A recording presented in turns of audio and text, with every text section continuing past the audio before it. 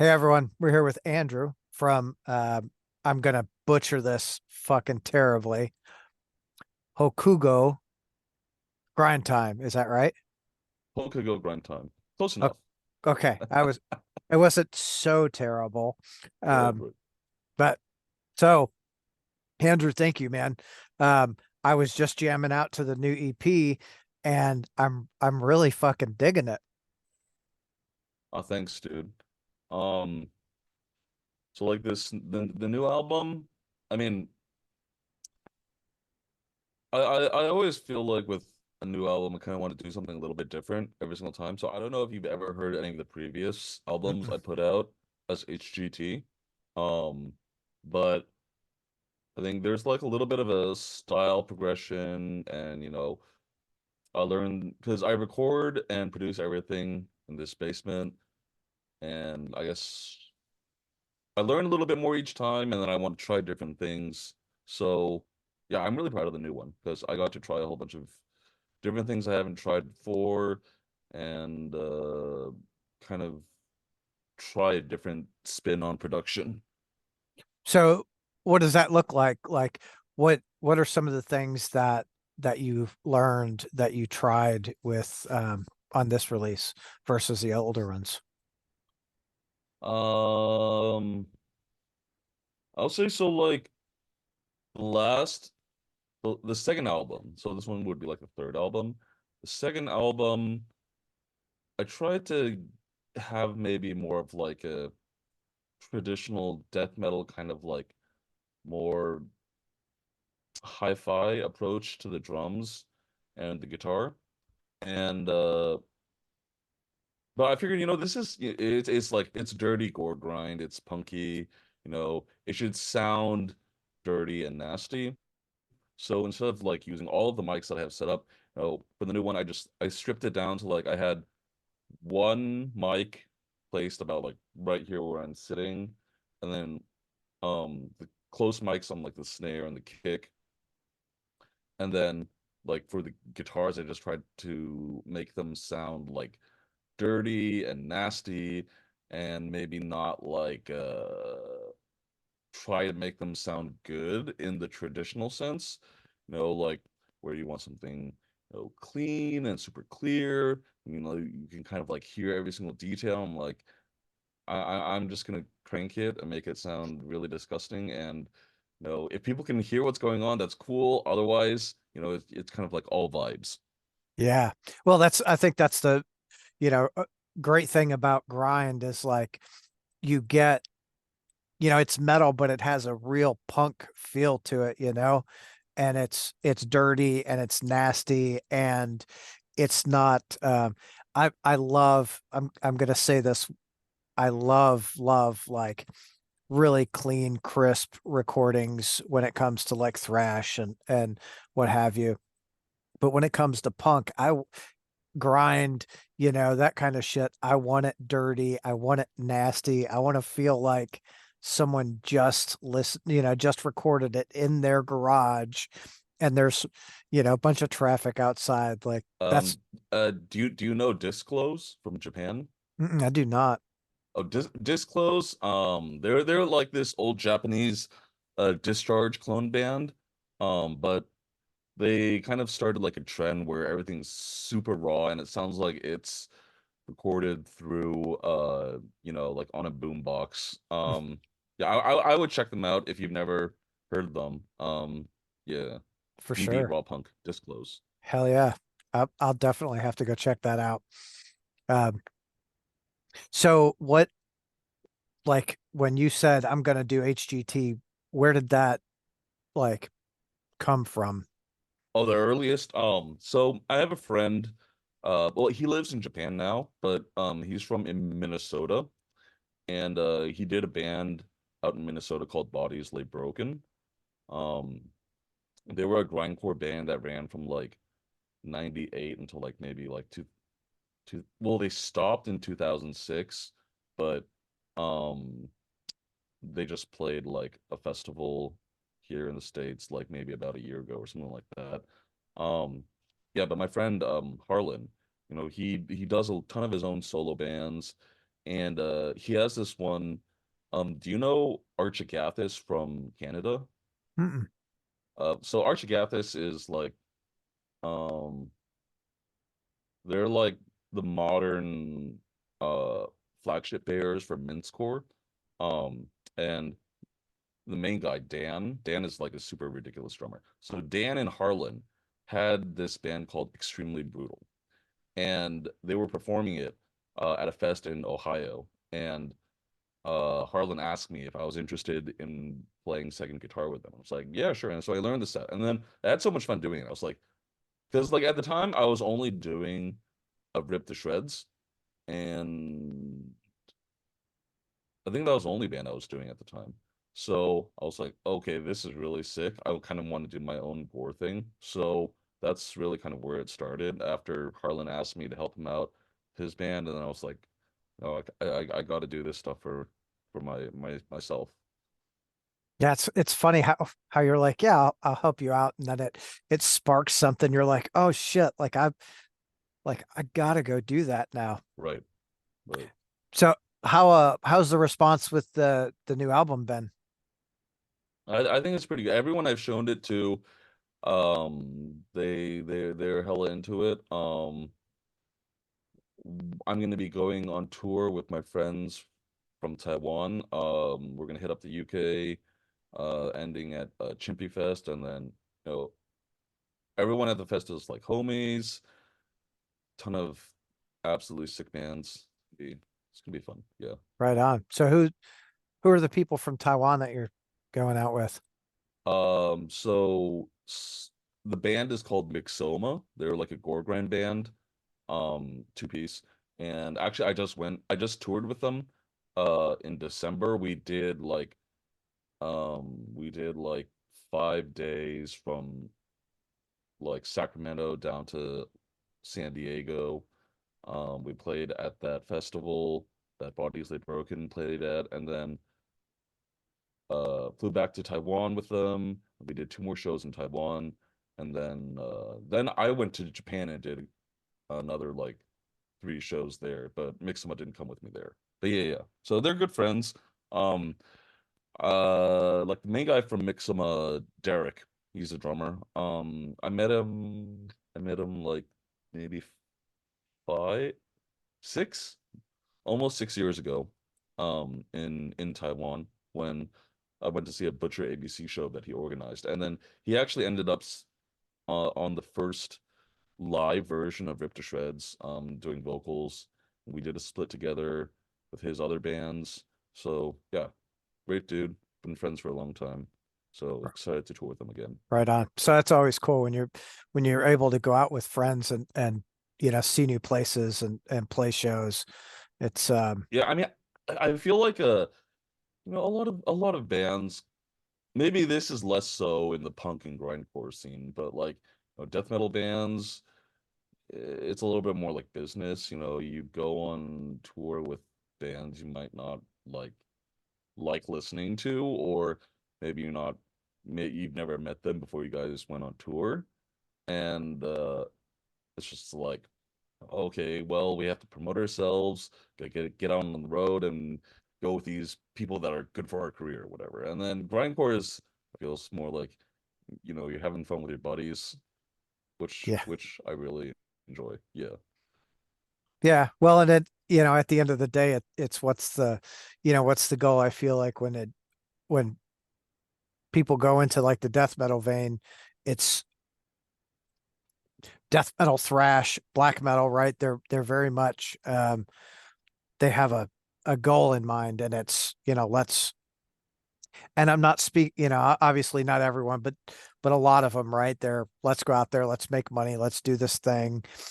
And I feel like with, when you get into grind and things like that, it's more of a, let's really have a good time and just see what kind of crazy shit we can come up with. Yeah, for sure. But maybe you can just blame that on like no one listens to grindcore, so it's like you couldn't do this even if you wanted to for money.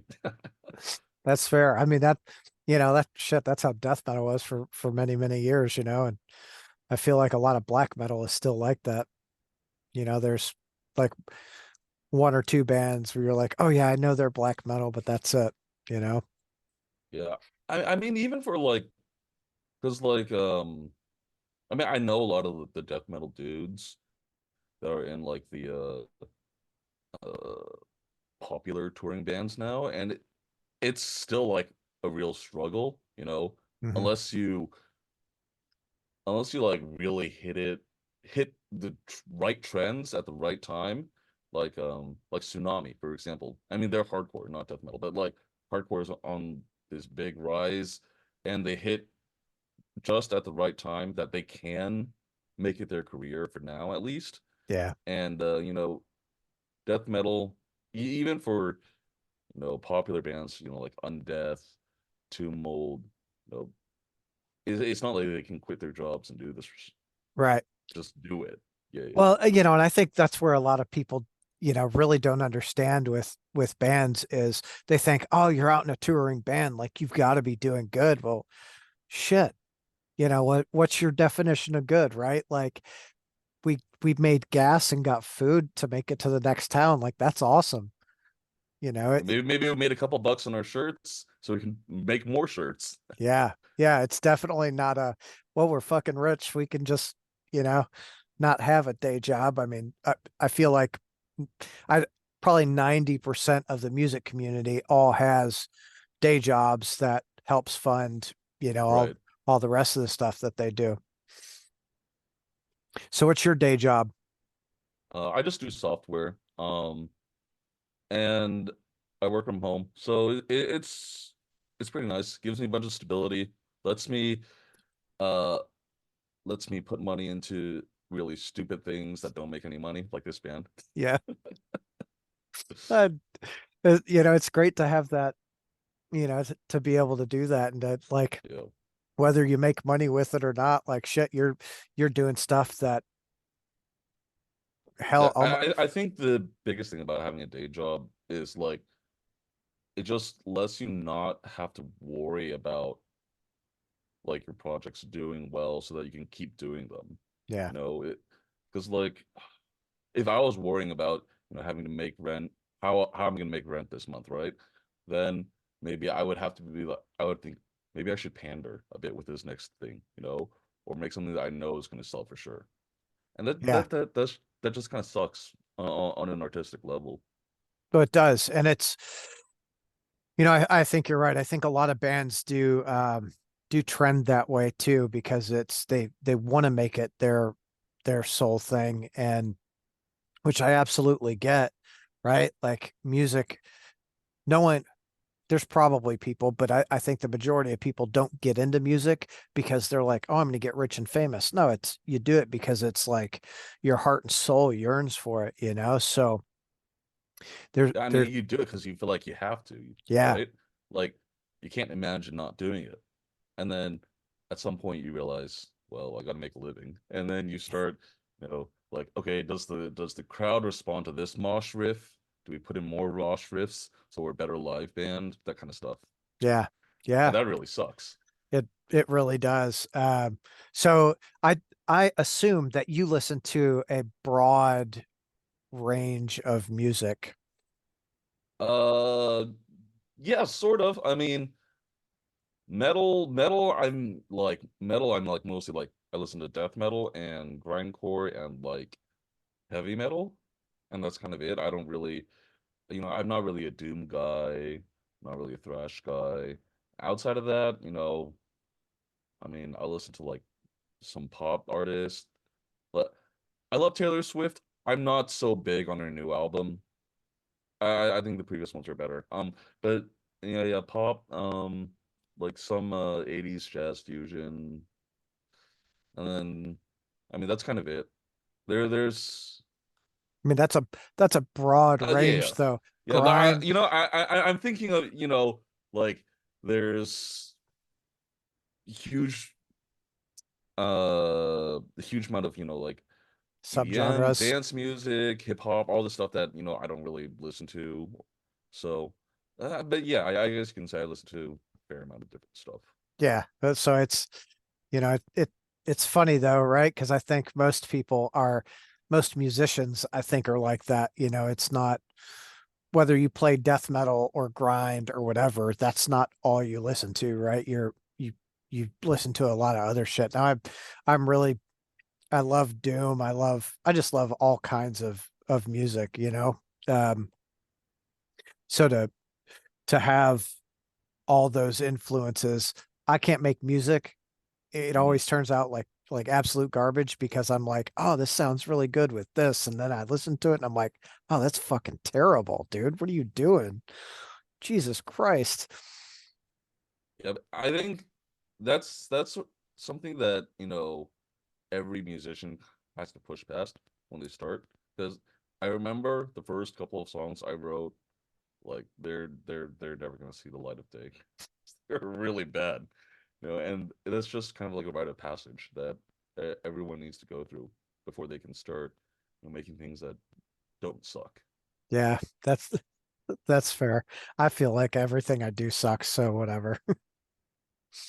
Probably like most people, I guess. So, Are you like a drummer, bassist, uh, guitarist? so I started out playing piano. Then I learned violin, clarinet, and then drums, and then bass, guitar and bass. Mm, So just, a mix of everything. But I've not, like even I've got, keyboards and guitars galore at the house. And I picked up a guitar a couple of times last year, but other than that, I haven't really I probably haven't played in over 10 years. Now I tickle whatever that is doing this and going to live shows and not putting my not putting my music out because it's fucking terrible. can Uh always be better. yeah. So with the latest album, do you have I assume you have physical copies of it? Yes. So Obliteration Records from Japan, they're doing this CD. Um, and then me, along with some other friends of mine, we're working on getting a vinyl version out, hopefully end of year, something like that. Yeah. Right on. That's that's my forte. I love the vinyl. Um it's so damn expensive though. Like Uh, you mean just to buy or like yeah, producing it or to buy. I think I mean what are major label like Century Media is selling them at what like $30? Yeah, like I think I gotta think. I think for a single album, I've I've picked them up for 30, 35, somewhere in that range. And then, of course, double albums, you're 40 to 50. Um, I got a I got a deal on one that actually just arrived today.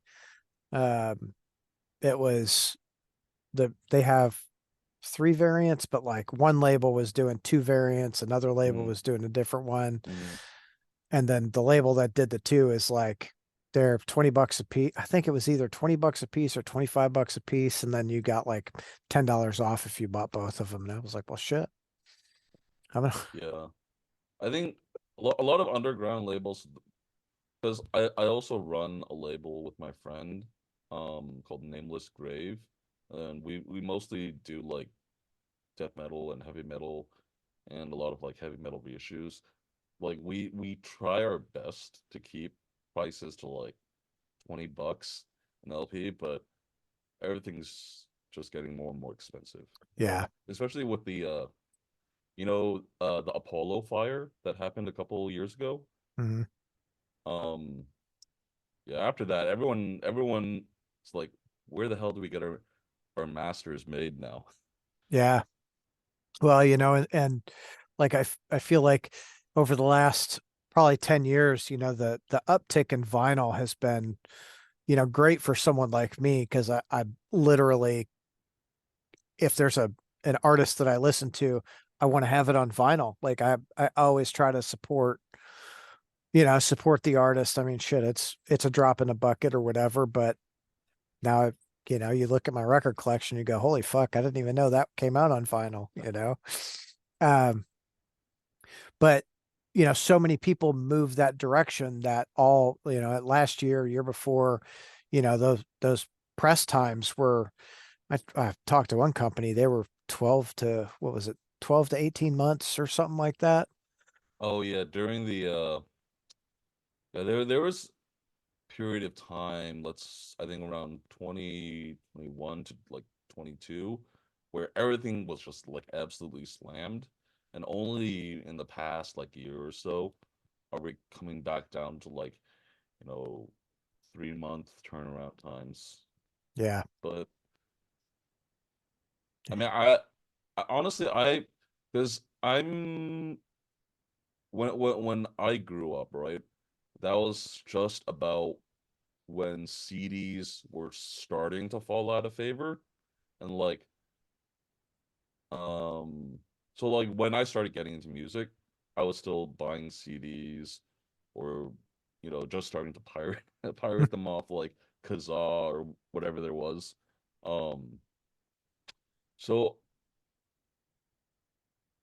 even though across all my various bands, I sell CDs, I sell cassettes, I sell vinyl, but for me, there's not much nostalgia attached to it, and Mm. I don't really see like point in physical um pressings. So I kind of wonder like how much longer I can kind of hold on. I don't know, It'll go you through a know, cycle, I think. yeah. It'll cycle just like it has been doing. I mean, for me, come on, cat, stop. Um, she wants to chew my cord. Uh, for me, there's a lot of nostalgia to, attached to the vinyl. I mean, some of my earliest memories are sitting there with my headphones on, reading, and not having to go, what is that word right there on that, cassette or whatever. Um, so it's funny. For whatever reason, I've always been really, really attracted to vinyl, and that's probably the reason is the nostalgia aspect. I really enjoy the sound of it too, right? Because there's not two albums that are the same. You can take the exact same record, but they're going to have different imperfections. So there's a different crackle or what have you. And I'm really trying to push that onto my kids. My daughter actually, her boyfriend just bought her a new record player yesterday. And so we were talking about it tonight. I said, did you listen to some records today? She's like, yeah, I did. Now I got to go get some more. And I was like, yes, and if nothing else, it's to support an artist that's out there doing something that you enjoy, right? So one thing I do like about the physical format, that might be lost on a lot of kids growing up right now, because um because we still listen to like whole albums, right? Because we had CDs. I mean, you could press skip, just skip ahead to the songs you want to listen to. Yeah. But I feel like in general, people like kind of still listen to full albums.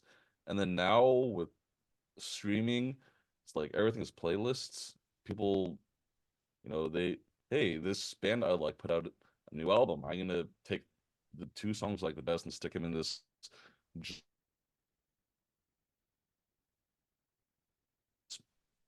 force um it does force the listener to actually listen to the whole thing, especially because trying to come up with a kind of cohesive experience when you listen to the album Yeah. is, I think it's gonna be a pretty big consideration in every band's mind. Yeah. Well, I like the thought of, a band puts an album out and it's a full piece of work, you know.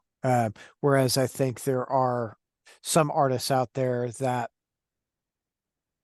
you listen to the album as a whole and you go, oh, they like this isn't a whole piece of art. You've got a good song here, and everything else is just kind of like, yeah, they phoned it in when they were writing or recording or whatever, and it's shit, right? Um, but you get more into that's why I like more underground stuff is you listen to it and the band um it's a full piece of art. You know, you find it I find it hard to skip, to skip songs on the album. I mean, that's I'm I'm going all day every day and I'll tell you I pick an artist, I pick an album and I hit play and I've listened to that entire fucking album and then I'm like, okay, I'm gonna go get this artist and listen to this album. Right, right. I think there's like a lot of different pressures, I guess. Um, Especially if you're talking about underground artists, like, around my level up to like, I don't know, let's say like Two Mold or something like that. And then, you have like commercial artists that are like on the level of I don't know, like Behemoth or something, you know? And so I think the more underground artists don't really have any like deadlines or pressures because it's like something we do for fun at the end of the day. Yeah. Like if we got to go on tour without a new album, who cares? We'll just go on tour because it's gonna be fun. But then like when you're doing it like as your job and you have obligations and you're like, well, we have, so many people on our payroll, we got to do XYZ. We have to have this album out at this date and we can't change that. Then that's when people, you end up with like whatever. We have some good songs and we'll just write some more because we have to have the album out. Can't help it. It's got to be out. Yeah, absolutely agree, right? I think there's a lot of that. People they feel the pressure because staffing or whatever. It might just be a contractual obligation with a label, right? There are some of those labels out there that are oh, you want to sign with us? Awesome. You're going to do 6 records and we want them over the next 7 or 8 years. And you're like, what the fuck? Like, Yeah, I've seen some real shitty contracts, and I tell my friends don't sign those. Some people, they end up signing them anyways, but what yeah. can you do? Well, I think, oh, I want a record deal so bad. And it's like I can understand that. And right on the flip side, I understand that you know, if you're gonna do something, do it right. Like I really like what I Hate God has done with theirs. Like they early on they did the label thing and um my understanding is they got burnt pretty bad from one of the labels, Century Media or someone, right? Burned them pretty bad and they sat back and said, okay, we're going to do it our way then. Right. So now they pay for everything, they own everything, and then they license, you know, the the album out to a label like, cool, you can promote it and do all your thing and but everything's ours. You don't own shit, which is where I think music should get back to. You know, we've spent so many years um uh catering to these people who aren't musicians, right? And selling off pieces of ourselves so we can go out and tour the world and we can say we've got a record deal and all of this shit. And man, at the end of the day, if the band said, I mean, if the product is good, the product is fucking good. It's gonna sell regardless of if you got Geffen or Capital behind you or if you're out there hustling yourself. Look at um, I know you don't listen to hip hop, but like Tech Nine, he did it all himself. And Hmm. 11, I guess 11 or 12 years ago, he was bringing in about 15 million a year. And I think that I just read something last year that was like he's bringing in between 85 and 100 million a year That's crazy. to do it yourself, like he owns everything, which is like these conversations, I think help someone who might not know that that's a possibility. And hopefully it at least starts a conversation with themselves where they're like, oh yeah, like fuck cat, stop. Um, or they're like, okay, how do we do that? How do we make this happen? I think the biggest barrier of entry for a band, like in terms of like when they start thinking about record labels or deals, promotion or whatever. I think something that every band has to deal with is that people's attention spans and energy is like there's like a finite amount, right? Like it would be awesome if I had the energy to care about 1,000 bands at the same time, but you know, in a day I could probably only care about like two or three bands, and so and I might not end up like if I stream an album, I might not actually end up spending money on that band because like I didn't like it enough or whatever. So I think the thing that bands have trouble with is actually getting people to listen to their music, right? Because there's, in most ways, the recording revolution, home recording, being able to put your music out on the internet without needing to go through the whole label system, or you can have like instant worldwide distribution now at basically zero, well, like what, $30 to one of those online distributors, whereas 30 years ago that'd be impossible without tens of thousands of dollars. Yeah. And so really it's like a problem of how do you break through this absolute oversaturation of music? And in that sense I understand why label deals can still be attractive, because they have more clout, more resources. Yeah, but in that you are selling. I mean, sign the contract, you got these contractual obligations. I mean, it's kind of like a Yeah. juggling balance. Yeah, Yeah, it's a balancing act. And I say that I don't think all labels are evil, right? I think there are some really good labels out there that are doing some really great things for artists, right? Had a really good conversation with Todd Severin from Ripple Music. I know you don't listen to Doom, right? But he puts out a lot of Doom, and one of the points that he made for his label is that like Ripple Music has a following. So if he's putting out a new album, they're gonna get some listening there, right? And then it's this kind of stuff, right? The little Joe Blow who's doing like myself, right? Doing a podcast out of his basement, who's like, man, I really enjoy your music.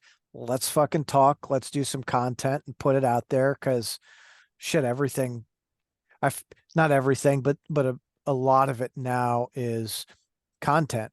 How much can I be in front of someone's face and then doing the things like going out and touring and getting in front of people, which I mean, it's not it's not cost effective usually to go out and tour. yeah. For HGT specifically, I'm really lucky because when I do live shows, uh, there's only myself. So I use a drum machine and then play guitars and do vocals. And then so like my other band, Rip to Shreds, we're like a four piece, right? So I gotta coordinate four dudes' schedules. Anyone who wants to bring us out, like we have so many more um Peace. expenses, Yeah.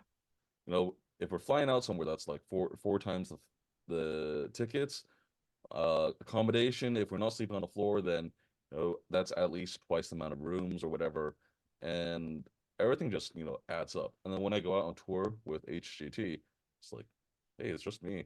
I can do a whole tour just like in a sedan. drive myself around. That's fucking cool. Like out here, my little gas saver, like hell yeah. So, with all your touring, is there a memory that really sticks out as like, man, this was a really, really good fucking show or, really good tour that I did? Uh, I mean, like for shows, I think for HGT, the thing that sticks out the most, is getting my butt over to Japan, playing Asakusa, and this music is a little bit ridiculous, and because it's all based around anime, um, I think a lot of the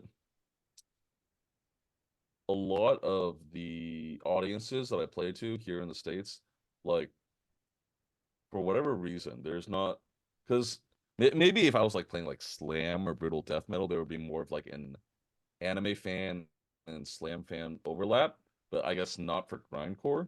And then so like fans here stateside, they like get where I'm coming from the musical point of view, but maybe they don't really understand what the songs are about. And then so it's really cool when I hopped over to Japan and everyone like understands like samples I throw in, the references, and it's like, oh, these people get it. That's fucking cool. It's like, oh, it's not all for nothing. All right. So how many times have you played Japan? So just the one time, so those three shows that I played in Japan last year, and then I'm going to Japan again next year, but with my other band, Rip to Shreds. Um, because I think a lot of like, punk and grindcore bands, they see Japan as like kind of this mecca for, fast, noisy shit. And in a lot of ways, it is. The audiences there are like super passionate. They all get what it's about. Um, but I think it's really easy to romanticize, a foreign country, 4,000 miles away, or whatever, and think, oh, it's going to be so much better than it is in wherever they are. But actually, it's pretty damn good where you are. It's just different there. Yeah. It's not better there. It's just a little bit different. And I think, especially when it comes to like death metal, because like for a couple of years, where I'm from, the Bay Area, they were like, "Oh, Oakland death metal is so amazing. Being in the scene there must be so amazing." I'm like, I mean, it's okay, it's fine. I play here, it's like fine, you know. But other people are like, "Oh, we're in Oakland. We're playing Oakland. Fuck yeah!" So it's just kind of funny like that. Well, um, it's like the stars in the eyes, right? Like, shit bands did it with Seattle in the 90s and fucking Tampa and in the 80s. And it's real funny because you're right. Like everyone is like, not everyone. The way I should phrase this is some bands say, man, our scene fucking sucks. And they go to another town. They're like, man, you guys are doing great. And other times they're like, our scene's fucking awesome and your scene fucking sucks. And it's like, hold on, like, Yeah. I mean, really, that sort of thing is just kind of like I would say like it just reflects your own attitude towards it. yeah, You can either be real bitchy about how much your own scene sucks, or you can just like view it in a hella negative way, or like, hey, what we have here is pretty good. I can have fun with it, and then I mean, you just feel better about yourself when you do when you take that kind of point of view. yeah. Well, and what uh, when you're negative about shit, you push everything away, right? Whereas when you're positive with shit, you really attract it a lot more, and that's um, it's funny talking to a lot of the larger successful bands, successful, right? They all fucking support each other, right? Someone comes Mhm. out with a new band and fuck, there's texts flying like, dude, that's so fucking good. Like, way to go, kick ass. And I think oftentimes in the underground scene, there's not that doesn't happen. Like it happens, but not as much, right? I think there's I would say that it happens, but like maybe for successful bands, they're kind of like more in the limelight, and then it's kind of like Metal Injection will say, oh, okay, Corey Taylor tells Tony Iommi his new band is awesome, and then it because it is kind of like they're living under the spotlight, so any like tiny whatever they do gets amplified to everyone. Because like whenever my friends put out some new shit, fuck yeah, and my friends do the same. So I feel like that still exists on the underground level. It's just like no one's writing TMZ articles about us. Right. Well, so when I say that just because of the conversations that I have, right? Hmm. Like some of those larger artists, it's great to hear them go, "Oh, dude, so and so's got a new fucking band. Like I'm super excited for him." Not even like TMZ and that kind of shit. Um, and and I say not so much in the underground, but I see it a lot, like here, right? Because this is where I am. I'm in Louisville, and I feel like the majority of the bands here are all rooting for each other, and they're showing up to everyone's shows. And like 20 years ago, you'd show up and there's three or four people, and now you show up and there's the fucking room is packed, and you're like, I can't fucking move. Like, all right, this is what we want to see. Yeah, yeah. You know? Did you notice like specifically before and after the pandemic, like participation levels at live Yeah. shows? Post Yeah, post pandemic, it's been a, a hell of a lot better. yeah. Um, People realized what they were missing. Yeah, that's exactly it. It I knew her, way before the fucking COVID was a thing. I was like, I don't want to miss a live show. Like if there's one, I want to go and see it because shit, you don't know, right? You don't know when it's going to be that artist slash show, or someone might die, or like I went to see fucking Knocked Loose. Hmm. So they're from here, and they did two big shows here for like the album release. We're at like a 2,000 capacity venue. Both of those nights sold out. Well, the night before both of those shows, they did a pop-up show in this little tiny three or 400 capacity fucking room. And that place was nuts, dude. There was EMT people chasing hurt people. Like, saw one dude had a big freaking shiner. He was going to be feeling that for a week. I'm like, ah, fuck. But Yeah, for sure. you know, to to see that. Of course, Knocked Loose is a huge in our world. Um, but just to see the amount of people that were at the show and talking about the show, and the camaraderie, which is the biggest thing I think that Hmm. most of us want, right, with music.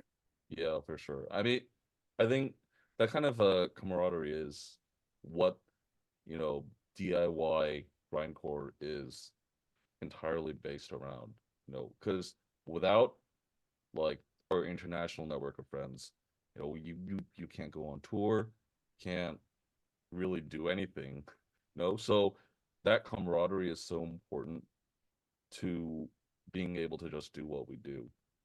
No, you tell your friends, hey, I want to go on tour in, I don't know, Poland or whatever, and they're like, we got you. We have homies of homies of homies in Poland who can hook you up. And without that kind of sense of DIY community, can't do that. No, I mean, I feel like that's what uh, music was really built on, right? Was, oh, well, it's a common interest, right? Oh shit, you like that? Man, I fucking like that too.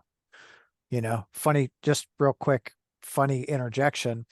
When my wife and I first started dating, I was like, hey, I'm gonna go to a show, right? And she's like, well, I want to go. And I'm like, all right, you can go. Like, I don't fucking care. So we go to a show, and I'm not talking to her. I'm watching the band. And she's like, why aren't you talking to me? I'm like, we can talk somewhere else. Like, I'm watching the fucking band. I don't, I don't come to a show to talk, right? But then so she goes to 2 or 3 shows and she figures out like I go to a show, I'm literally there to watch the band. I don't want to fucking talk to anyone. And then between songs or between bands, I'll talk to people and I almost always leave with a new best friend, you know? She's like, Mhm. "What the fuck? How do you do that?" I'm like, "We just have a common interest, right? It's what we connect on. Whatever fucking band is on stage, we're enjoying it. Hey, did you see that part where, so and so fucking slammed his guitar down? How freaking sweet was that?" So, music, aside from having the human connection, music I feel is what really connects us and to have the ability to reach out to someone and say, "Hey, I want to go to Poland or Japan or whatever," and they're like, "Killer, we'll make it fucking work." Like, you don't feel so alone in the world. So, it's the best part of playing music. Yeah, for sure. So what what do you hope happens with over like the next year for HGT? I mean, once I figure out touring plans for my other band for next year, start booking booking more shows for next year. Because like out to the end of this year, my schedule is already packed. So I'm just thinking, okay, where am I going to go next year? How can I fit that into my schedule? You know, write a few more splits, record. I mean, because I have like 2 splits recorded now, and we're just trying to figure out when to put them out, that kind of stuff. Um, I mean, yeah, just keep on keeping on. Hell yeah.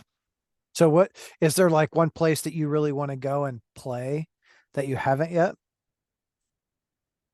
Winnipeg. Oh, I'm not kidding. Win because Arch Agathis is from Winnipeg. Dan is a friend of mine, so Arch Agathis has come through my area a whole bunch of times. I still haven't seen him yet. Finally, next week at a Zesta Grande, they're playing this big punk festival like 10 miles down the road or whatever. Finally, I'll get to see Arch Agathis, but I want to play with them in their hometown. I want to do like a tour across Canada. So we'll see if I can make that happen next year. all right. Well, I want to see it happen. I'm gonna hold you to the fire. Make it happen. Uh, so how much time a year do you spend on the road? So I mean, this year? No, last year was the most I did. I think I did like 30 days total last year across 2 bands. This year, this year is probably gonna be like 20. Um, so I have decent like PTO, but well, like 20-30 is probably the most I can spend. Mm. I wish I could do more. I have to get a new job to do that. No, you already work from home. Just take your computer with you. It's true. Yeah. I would be like, yeah, I'm at home. I'd be like, you see those reels where the dude's got the green screen like behind him, like Yeah. surfing and shit.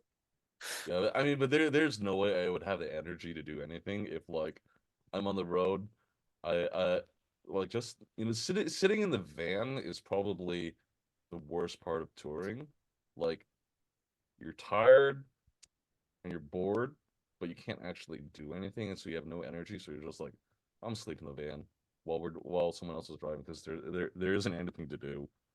Yeah, and then that sleep sucks. Yeah. You're like, oh, this, damn it, don't hit those bumps so hard. Turn down the music, whatever. That's fuck. Don't miss those days. All right. Andrew, I greatly appreciate you taking time out of your night and chatting with me, especially on such short notice. I Sure, think we man. had a great fucking conversation. I would like to see you come through my area. Yes. I don't know about next year. Maybe next year. We'll see if I can make it happen. Yeah. you you'd be impressed. Like it will, if you want, we can connect, and I can get you connected with some bands here that have a crowd, and Hmm. you'll Metal Mondays is the one you want to do because they have like a built-in fucking crowd. Right, for sure, for sure. But yeah, again, right. Thank you, dude. I greatly appreciate it. I look forward to really digging deeper into your catalog and checking it all out. Appreciate it, man. Thanks for having me on. Absolutely, dude. Go and have yourself a great night. All right. All right, you too, man. Thanks. See ya.